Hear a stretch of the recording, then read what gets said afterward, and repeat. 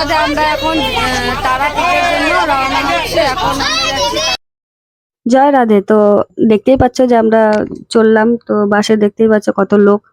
তো আমরা চলে এলাম। তো এর আগে আমরা গেছিলাম আরেক জায়গায়, গেছিলাম আর একটা তীর্থস্থানে গেছিলাম। তো ওটা হচ্ছে বীরভূমেরই আরেক জায়গায়। তো আমরা চলে এলাম, দেখতেই পাচ্ছ বিশাল বিশাল আমরা এক্সাইটেড। আর কি বলবো, আর কিছুই বলার নিত্যানন্দ নাই, এত মন্দির গেছিলাম। তো এক্সাইটেড ওখান আমরা। থেকে আমরা অনেক মন্দির দর্শন করে আসলাম, অনেক সুন্দর সুন্দর মন্দির দর্শন করে আসলাম। প্রভুধামে নিত্যানন্দ প্রভুধাম থেকে এলাম। তো এখন আমরা যাচ্ছি তারাপীঠ, তারাপীঠে যাচ্ছি। তো আমরা এখানে এই যে তারাপীঠের ভেতরে ঢুকছি। তো সবাই এত এক্সাইটেড ছিলাম যে বলার কথা না। ফার্স্ট টাইম যাচ্ছি, তারাপীঠ যাচ্ছি, কবে থেকে ভেবেছি যাব যাব যাব, কিন্তু যাওয়া আর হয়ে ওঠেনি। তো আমরা এখানে পিকনিকের জন্য, মানে পিকনিকের ইসে গেছিলাম। তো তা আমরা এখানে এখন যাচ্ছি ভিতর দিয়ে। তো আমরা এই রাস্তা দিয়ে গেলাম। তো এখানে সব মন্দিরগুলো আছে। এখানে বামা খ্যাপাকে, মানে বামা খ্যাপার যে বলে না মৃত্যুর পর যে উম, মানে দেয় দাহ, দাহ স্থান, এখানেই সব বললো সবাই। তারপরে তো আমরা ভিতর দিকে ঢুকে গেলাম।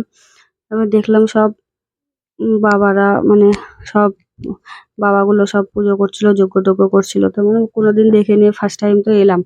তো ওগুলো সব ঘুরে ঘুরে দেখছিলাম। সবাই বলছিল চ এদিক ওদিক করে ঘুরে ঘুরে ঘুরে দেখলাম। তারপরে এখানে তো মানে শ্মশানে এখানে নিয়ে, মানে এত ভয় লাগছিল, অনেকগুলো লাশ ছিল। মানে ওদেরকে মানে সন্ধ্যা হবে তারপরে নাকি বলে দাহ করাবে। জানি না এখানকার নিয়ম কি আছে। তো এটা হচ্ছে শ্মশান। তো আমার খুব ইচ্ছা ছিল যে শ্মশানটার ভিতর দিকে একটু ঢুকে দেখার। সবাই বলে শ্মশানটার ভিতরে দেখলে বলে ভালো, কিন্তু আমার মা আর আমাকে ঢুকতে দিল না শ্মশানটার ভিতরে। যে না বলে ওখানে বলে মেয়েদেরকে যেতে হয় না বা কিছু, জানি না আদৌ কি নিয়ম আছে।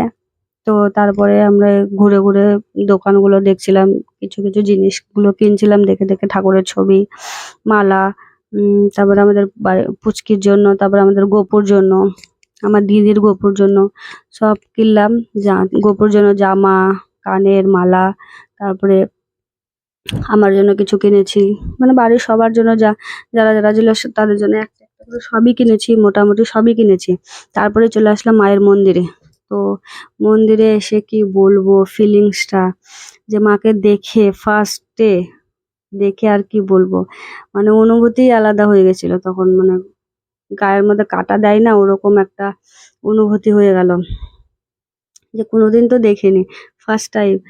আর আমাদের এটাই দুর্ভাগ্য কি মাকে দর্শন করতে পেরেছি ঠিকই, কিন্তু মায়ের পুজো দিতে পারিনি। তো এটাই আমার দুর্ভাগ্য হয়ে গেল যে আমরা মানে দর্শন করতে পারলাম ঠিক, বাট আমরা পুজো করতে পারিনি, কারণ অনেক বেলা হয়ে গেছিল আমাদের। মন্দিরে আসতে আসতেই আমাদের 4:30 বেজে গেছিল। তো কিছু করার নেই, আবার বাড়ি ফিরতে হবে। তো কিছু করার নেই।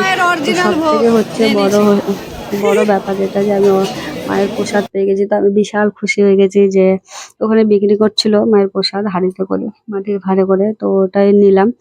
তো কি বলবো আর, মানে মায়ের প্রসাদ পেয়েছি তো আমি বিশ্ব জয় করে নিয়েছি, এরকম আমি খুশি হয়ে গেছি। তারপরে এই তো বেরিয়ে গেলাম, সবাই চলে যাচ্ছিল বাসে, ডাকাডাকি করছিল সবাই। রাধে তো রাধে। তারপরে আমাদের এই যে আমার পুচকি তারাপীঠের সোনা, আমার যাত্রা পিছুতে এখান ছাড়বে থেকে না, ও শেষ হলো। সবসময় আমরা আমাকে এবার মাসি বাড়ির জন্য মাসি ভক্ত রওনা করব। যাকে বলে আর কি। ও তো সবসময় আমার সবাইকে সাথেই থাকবে, যেখানে যাবে এটা আর সেখানে কি ও কি মা কিনলাম আর বাড়ি মাসি গিয়ে ছাড়া কারো কাছে যায় দেখাবো, না। যে কি কি কিনলাম। ও এত ভিড়ের মাকে মধ্যে আর মাসিকেই দেখানো গেল না কি থাকবে। কি তো কিনলাম। এখান থেকে টাটা সবাইকে, আবার নেক্সট ভিডিও।